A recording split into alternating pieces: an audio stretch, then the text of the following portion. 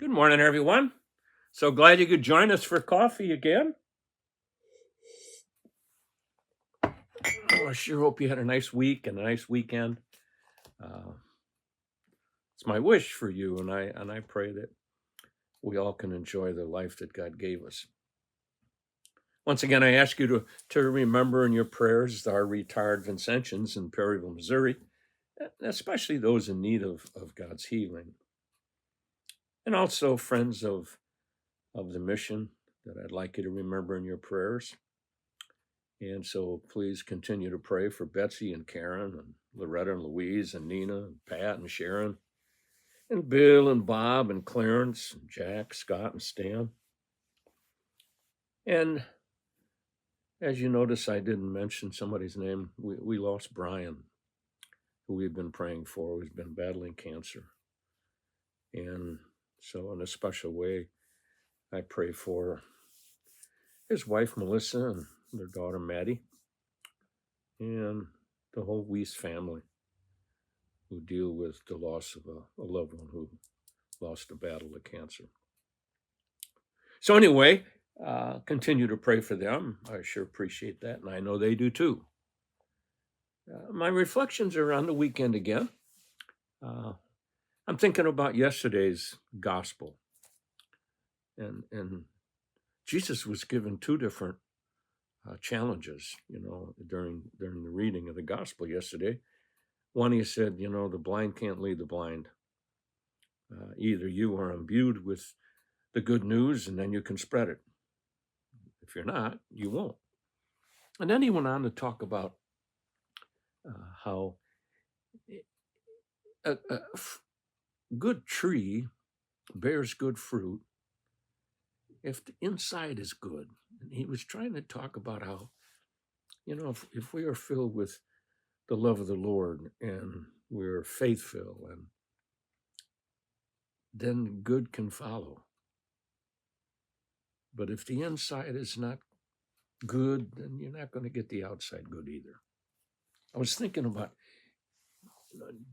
a tree, how especially if it's a fruit tree, you're looking for the fruit. And I read a story about it. I think it was in St. Louis, north of St. Louis. The family had a little plum tree in the backyard, and it was small enough where kids could climb it, and it was a solid tree, but it was low enough to the ground where they could jump up and climb the tree. The tree never produced good plums. They were always green. And Dad wanted to finally chop this tree down. It ain't doing anything. It ain't producing the fruit. And I don't know whether it was the kids or somebody. He decided not to do it because he said, it's a good tree. And tell you what it did. It gave shade and it gave a place for the kids to play. So he didn't tear it down. But I often thought that the challenge of my life is, the goodness that sometimes I feel in my heart has to be seen. We got to produce. It's got to be shown.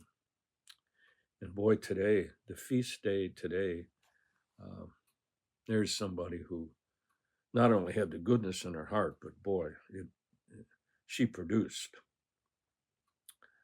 The saint is Saint Catherine Drexel, and that's another one of the American saints. There are, I think, there are about 11 American saints, and famous is Elizabeth Ann Seton or Mother Cabrini, but Catherine Drexel was from Philadelphia, and her father was a banker and amassed a lot of money. The family was well off.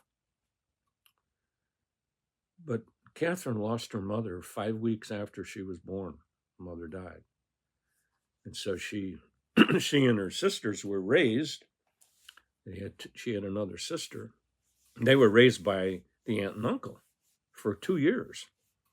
And then Dad finally married another woman and had another child. And so there were 3 of them. And they came back home after he married this gal, and so they had a stepmom. But even the dad was a charitable man. He did a lot of things with his money. He'd form more darn, organizations and foundations so he could serve the poor. So she grew up with that.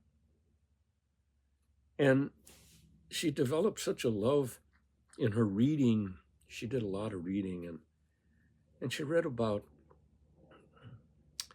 the African Americans, the blacks in America, and the Indians, who she felt were never treated well. And then her spiritual director, a guy by the name of Father O'Connor, he was made a bishop of Omaha, but at that time, it carried the whole area of the West, Wyoming and the Dakotas, and so it was a big territory. And she had gone out to visit him once and got to fall in love then with service to the Indians. And she felt that there should be more missionaries who were working with the Indians and a lot of the black people that she ran into at that time. She made a visit to our Holy Father, I think it was Pope Leo XIII, and she said to him, you ought to get some missionaries to go there. Wyoming and the Dakotas, and there's nobody serving these people. I mean, Catherine had even met with Chief Red Cloud. I mean, she was that committed. But anyway, Pope Leo XIII says, well, why don't you become a missionary? It's like you asking me to find some, why don't you become one? And she did.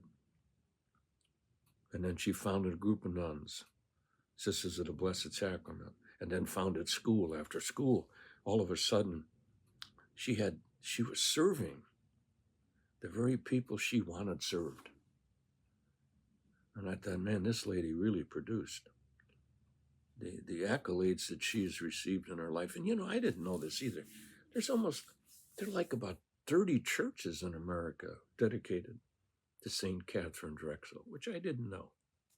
I'm from Illinois, and there's a far western city from Chicago, Sugar Grove, that has one. Springfield, Illinois, too. But she is one to be respected and thanked for her love and her missionary work. And when she was 77 years old and had a heart attack. But she didn't die. And she ended up doing what she thought she would have done from the beginning. She was going to be a contemplative nun. And she spent almost the last 20 years of her life praying and writing and reading. God bless her. A real inspiration to me. And so I'd like you to think about, producing, being someone who makes a difference. It doesn't have to be big. And, now that we're, entering into Lent, maybe the Lenten resolution is, I'm going to do something that I haven't done before. Okay, God bless. We always take our last few minutes together saying our mission prayer. So join me. Divine Savior, transform me into yourself. May my hands be your hands. May my tongue be your tongue. Grant that every faculty of my body may serve only to glorify you. Above all, transform my soul and all its powers, that my memory, my will, and my affections may be the memory, the will, and the affections of you. I pray you to destroy in me all that is not of you. Grant that I may live but in you and by you and for you, that I may truly say with St. Paul, I live now, not I, but Christ lives in me. God bless. Thanks for tuning in. Have a great week. Check us out on Wednesday.